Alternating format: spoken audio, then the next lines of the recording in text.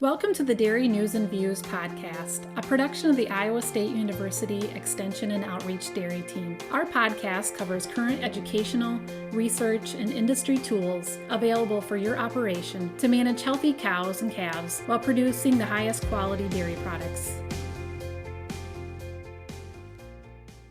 Thanks for joining us today on Dairy News and Views from the ISU Dairy Team. I'm Jen Bentley, Northeast Iowa Dairy Field Specialist, and I'm here today with my dairy colleagues, Gail Carpenter, ISU Assistant Dairy Teaching and Research Professor, and Fred Hall, our Northwest Iowa Dairy Field Specialist, as we discuss today's topic. And we're happy to be joined by Neal Wininger, a feed and forage consultant with Dairyland Laboratories.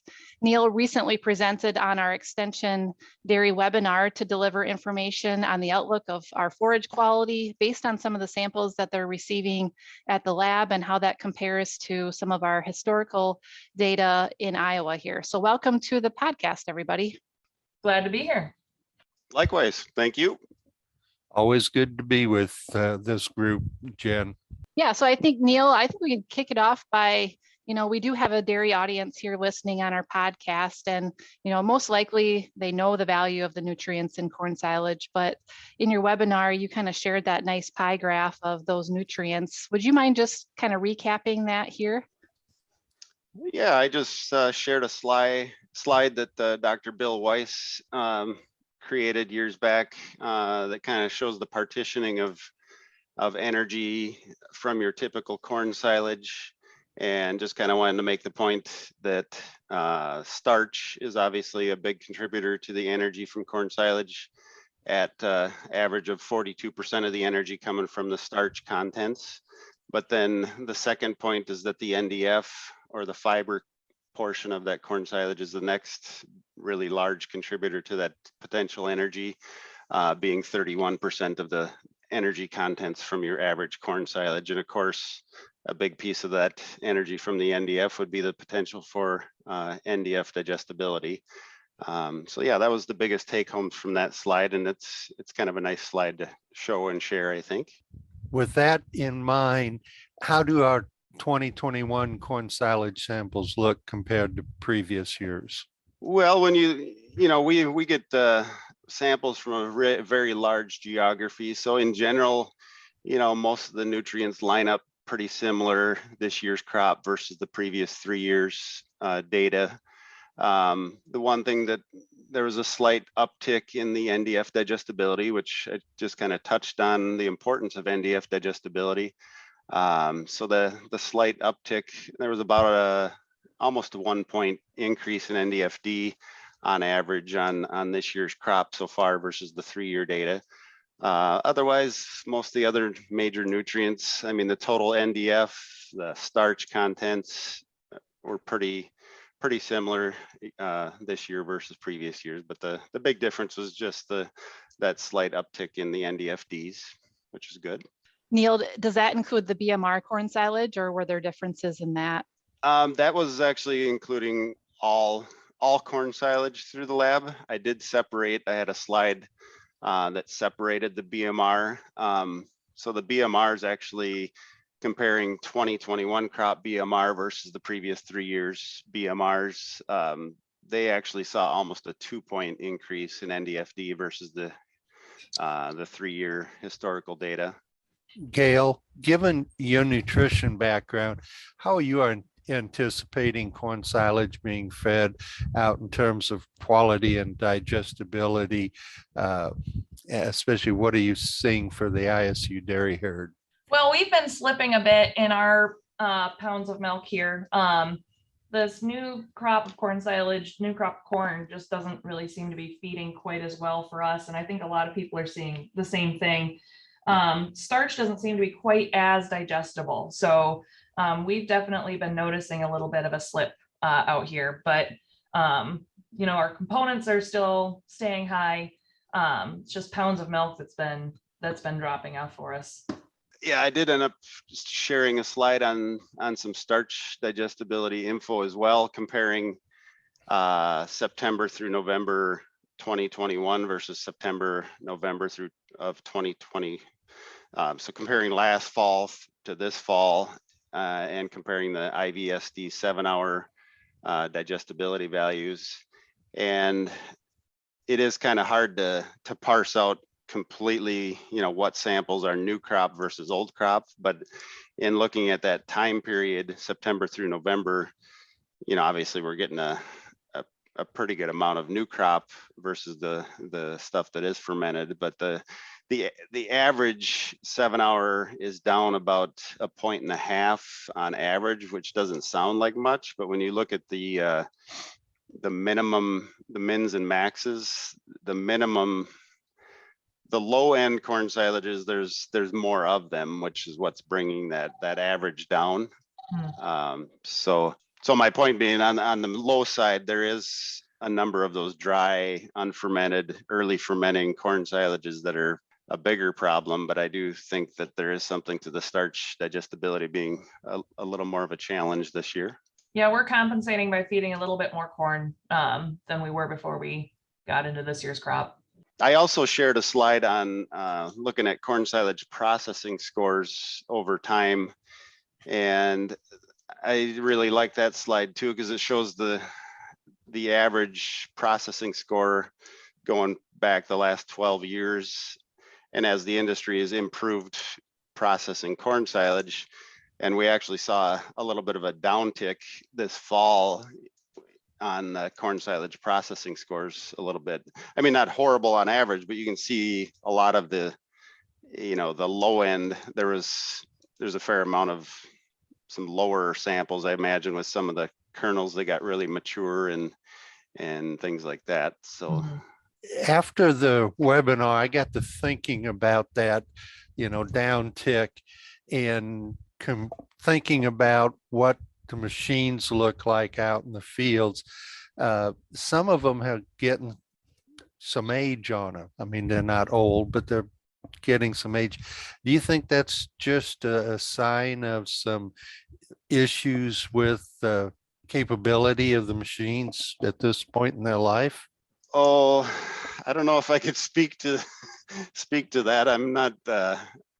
I wouldn't be an expert on processors per se, but that certainly could be a potential challenge, I would imagine. But certainly, I've heard enough anecdotal from nutritionists and people out in the field, and like Gail chimed in, we are hearing that certain corn silages are presenting some challenges with the starch, digestibility here thus far this fall in certain instances, and seeing a little bit more starch coming through in the manure and things like that, and getting a little bit of a fall slump from the new crop on some scenarios.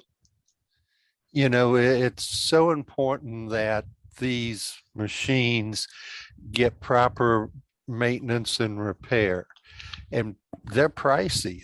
They're hard to work. So it's important that as that material is coming in, that producers do some sampling and take a look. Gail, at the dairy, how often do you do a bucket test as that material's coming in? Oh, we try to do it every couple loads or so, just to kind of monitor. And I'll kind of echo what Neal said, that here we did definitely see, we experienced some struggle with kernel processing. And I think it probably related to your hypothesis there, Fred, that just need equipment maintenance needs and working with our custom harvester to make sure that everything, all the equipment was upkept the way it should be. So Neal, as we kind of talked about corn silage and then kind of moving into alfalfa haylage, we've had a variable growing season this past year, but I think at least in my area, producers have commented to me that their alfalfa haylage was one of the best it's ever been. But what results are you seeing? Yeah, they're again looking at, like I say, we receive samples from such a large geography that when you look at all the data from all of our labs in general, the alfalfa haylage category, when you look at all the major nutrients, really not much change in this year's crop versus the previous 3 years data. There was a very slight uptick in the NDFD, which is good. It was about a 0.5 point uptick, but other than that, your average RFV is 151, and actually the previous 3 year data, the average RFV was 151. RFQ, slight uptick of 2 points, 160 versus 158. But I will point out, I did break out the Iowa specific samples, and there we did see a slight uptick in the RFE, about 2 points, 151 up to 153 on the Iowa specific samples. That was positive movement for the Iowa specific samples that we saw through the laboratory thus far. Neal, do you separate out the more traditional genetics versus some of our newer genetics in the alfalfa? We've tried to do that. Some of that is a little challenging to try to separate out. I assume you're probably referencing to maybe some of the reduced lignin, low lignin type varieties, I would assume. Correct. Yep. I mean, yes, we have tried to do that. It is a bit challenging because well, number one, there's probably many samples that aren't labeled as a given variety, number one. And most times we're not seeing like a side-by-side scenario where, because that's the best way to compare, right? Is to have a side-by-side, same cutting schedule, same maturity, everything created equal, right? So it's a bit challenging to summarize it. I mean, we've summarized it, but it's just hard to compare, one variety versus the entire database when it's pretty limited, the number of samples that are actually labeled as a given variety in that type of a scenario. Neal, changing gears a little bit here, are you seeing, what are you seeing in terms of cover crops or any cocktail forage mixes? Any of those coming through? Oh, definitely. We've definitely seen a very significant uptick over the last, it's getting to be more and more every year. And we've definitely accounted for, adding more of these cocktail type mixes into NIR calibrations. And we definitely see a whole lot more of those coming in. And one thing I pointed out during the presentation the other day is I broke out the data for our legume grass mix forage category. And we have seen kind of a change in that entire category a bit. And I think part of that is because of the increased use of grasses and mixes in that legume grass world. And I think part of that is definitely the cocktail mix going into that category. So definitely there was a change in that category from this year's data versus previous year's data. And looking at that, the NDFs in that category were up a little bit, but when you look at the NDF digestibilities were up, about 2 points, a little over 2 points on 2021 alfalfa grass, legume grass mix versus the previous 3 years data. But I think you could attribute that to the fact that it's just plain more grass, more grass mixes coming into that category versus previous historical data.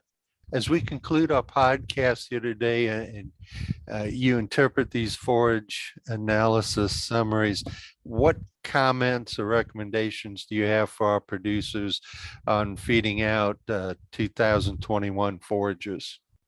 Work with your nutritionist and come up with a good plan to make sure you're maximizing your forages and forage quality to the utmost.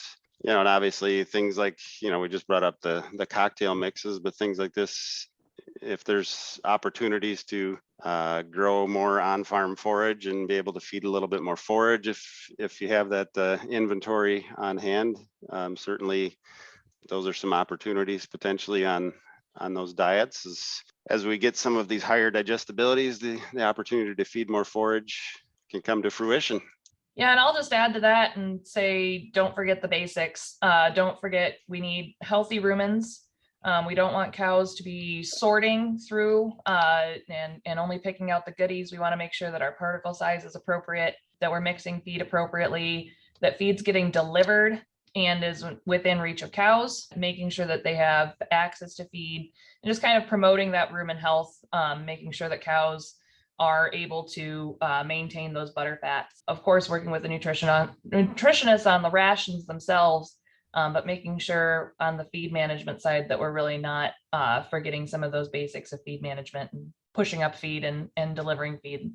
Some of the recommendations that we hear a lot at all times of year, but especially when we're considering how to transition between different silage crops. This has been a very interesting discussion, taking that 30,000-foot view of the forage crop. But I think it's important that we remind producers, this isn't a one and done on your farm. We know there's variation in fields and different fields. So routinely testing, no matter what lab you use, but keep a close eye on changes in your own pile. And that means testing. So all good comments, from the lab all the way down to practical on-farm basic practices for our producers. So I just want to thank everybody for being on the podcast here today.